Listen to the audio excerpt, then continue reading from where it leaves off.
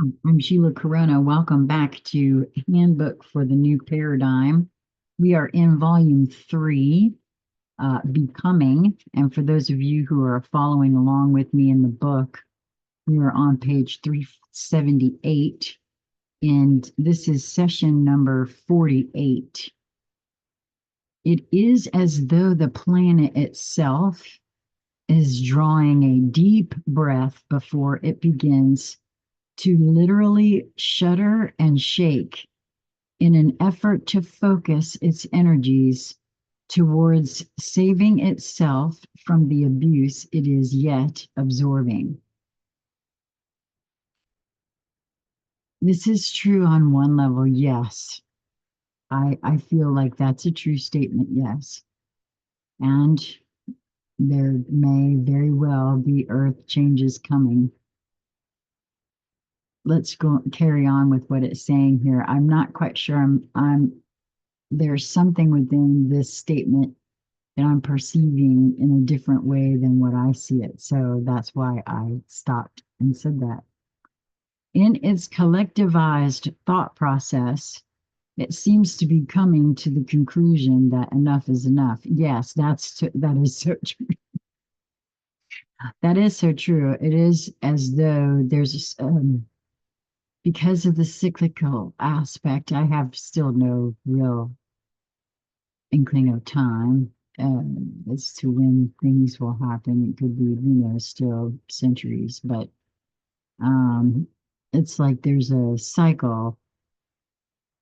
It's a whole closing of all different kinds of cycles, right? And the earth is ascending, rising in frequency, and we are invited to go, attend, and do this, embody, but nothing can go with. So I think that's what this is referring to here. It seems to be coming to the conclusion that enough is enough and that it is time to begin a retaliating process in order to release itself from the relentless onslaught of destructive activities that its borders are deliberately engaging in at her expense. Well, that's true. And yet again, I'm not quite sure I'm in full agreement with the statement as because believe me, she has the power. And uh, if she were in danger, believe me, we would be thrown off like fleas off a duck's back or a dog's back. It doesn't matter. I'm telling you, we would not be there. We would not be here.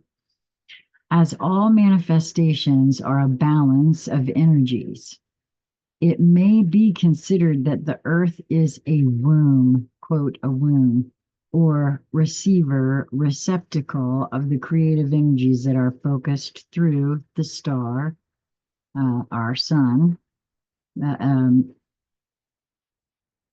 energy that is the center of this planetary system.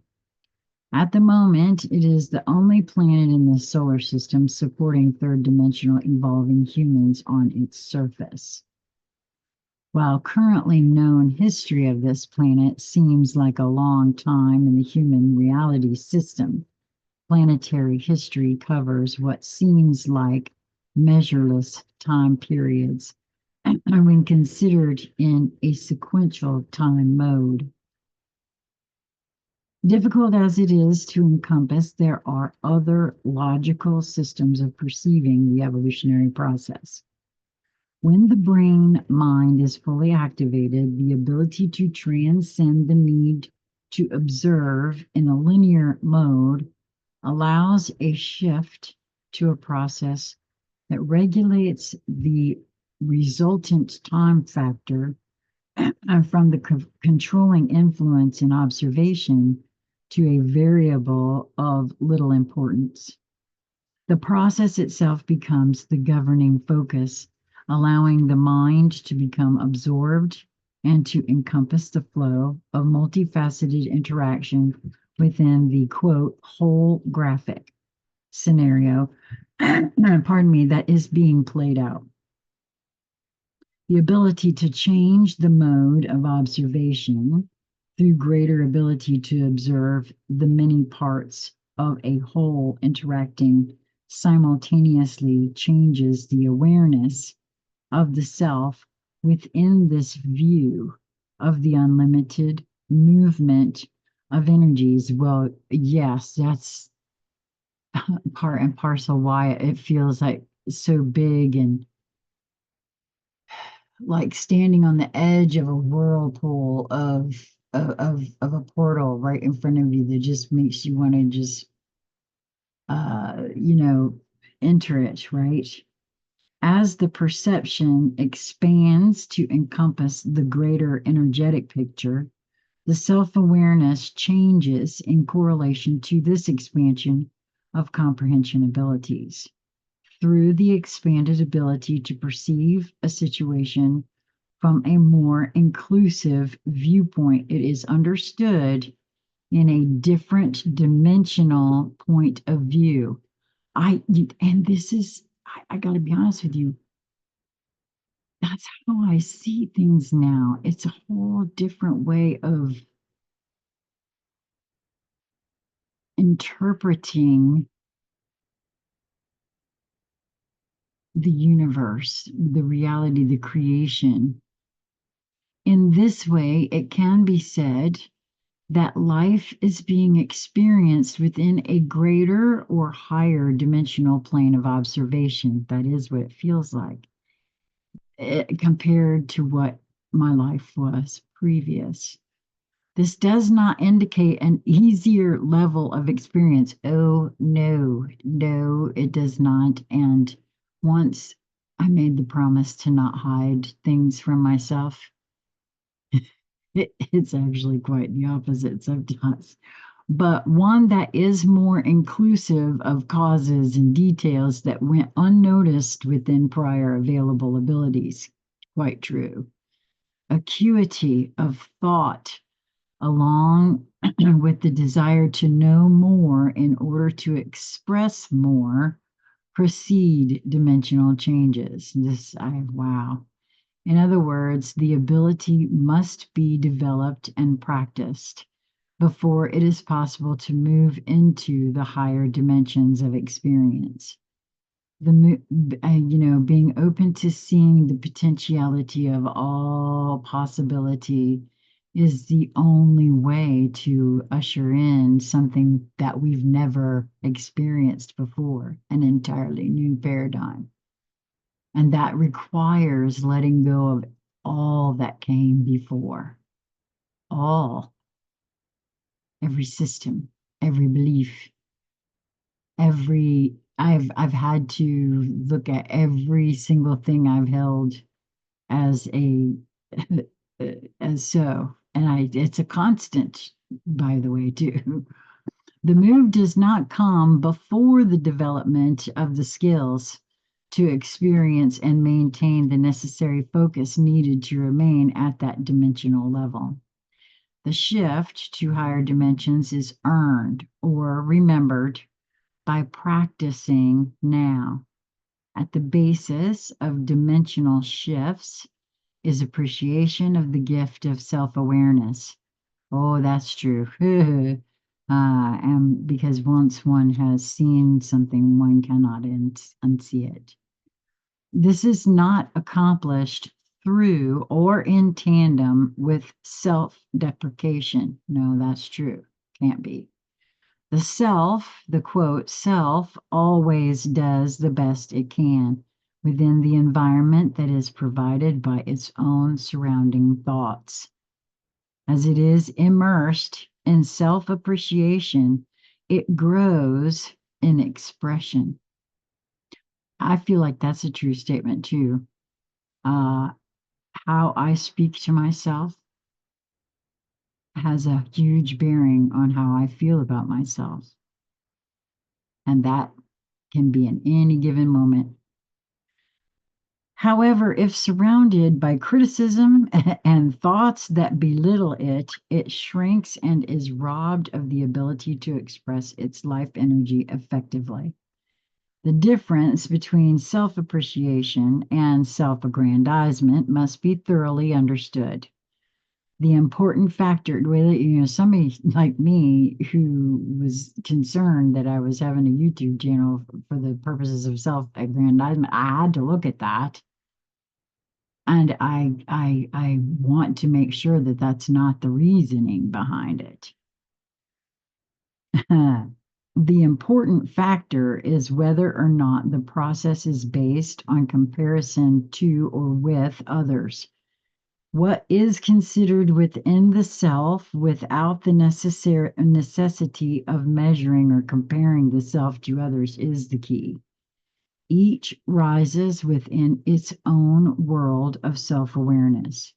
What others think or what self thinks it has accomplished compared to others is of no value in the overall journey through third dimensional experience. Yes, each journey is self-contained. Oh boy, that's very true. Others are present as mirrors in which to observe the self. And that's even reflected in my natal chart. I'm here to learn about myself through my interactions with others. That is my entire purpose, according to my chart. Well, it's at least one perspective of my natal chart, right? um, it is. Let's see. Wait a minute. What is seen in others is the reflection of what the self is unable to see by looking within. It is said that, quote, each is alone in a hall of mirrors. Until the self is willing to recognize itself in these mirrors, there is no way to find the door out of the hall. Finding the door already open is always a surprise, for it is impossible to determine when one has reached the ability to embody the facets of self-awareness necessary to integrate into the next dimensional experience. Personally, my feeling on this, at least for myself, has been a noticing that the more open and willing I am to see everything about myself, about my world, and question every single thing about myself, about my world, the universe, every single thing, and being open to considering it all without any. Because the minute I start trying to judge something, I'm asking myself a whole bunch of questions. There's a difference judging something as to whether or not one feels it's appropriate or desired for oneself to participate in. It's something wholly other to hold it in some sort of judgmental derision or something like that, right? As there's a whole different thing of saying what one's preference to experience is or is not, right? It's a whole other situation. I can decide I don't want to experience something, and you're plenty welcome to have at it. I carry no sort of judgment about it at all, is what my point in there is. And that's part of embodying the facets of self-awareness necessary to integrate into the next dimensional experience. I feel just being open to that is helpful. At least it has been for me. Much hype is circulating about the shift in the Earth's vibrations that will, quote, carry its inhabitants to a higher dimension. It is firmly stated here and now that humanity's capability to exist at the next higher level of dimensional experience will determine whether or not individuals will make that change.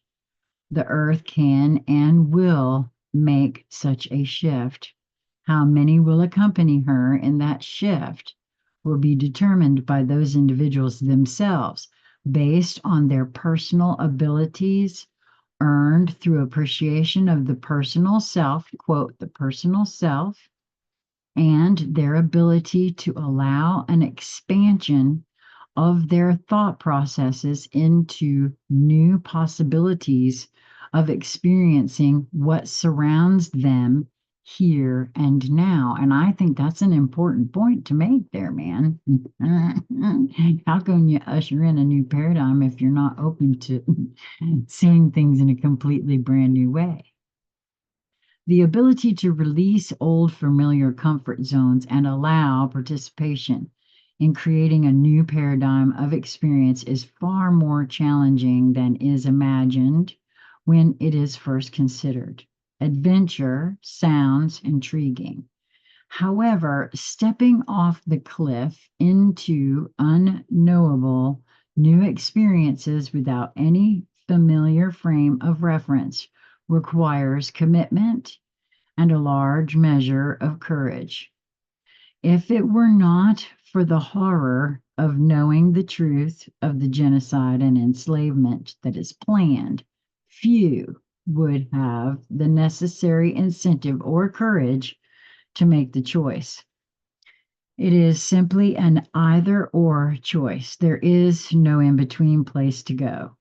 Looking at it from that perspective, certainly creating a new experience based on self appreciation that transcends the victim experience is far more appealing than riding the descending spiral into a long standing greater victimhood.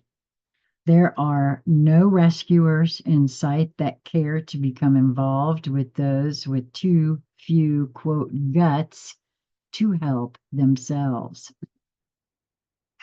The opportunity to continue this current experience of learning how to pull the self up by its own bootstraps through self appreciation and possibility thinking is waiting elsewhere for the stubborn and the faint hearted. The choice to be part of this scenario on this planet at this time was not an accident. You are here by choice to make a further choice. It is suggested that you do it and do it with style and enthusiasm. Okay, well, I like that idea. Well, that's the end of number 48. And I can see, sense, and feel the experiential filter on the being that channeled these, but I resonate so heavily with so much of what, and this is the first time reading. I'm at a point now where our group has not ventured. That's the end of number 48. I'll be right back with number 49. I think I did make it that I was going to do one more. I hope that you will continue to move towards that which brings you joy in each moment that presents itself to you. It is a matter of perspective and being able to take a few moments and view things in more than one way, more than one lens. Until we meet again, be well, my friends.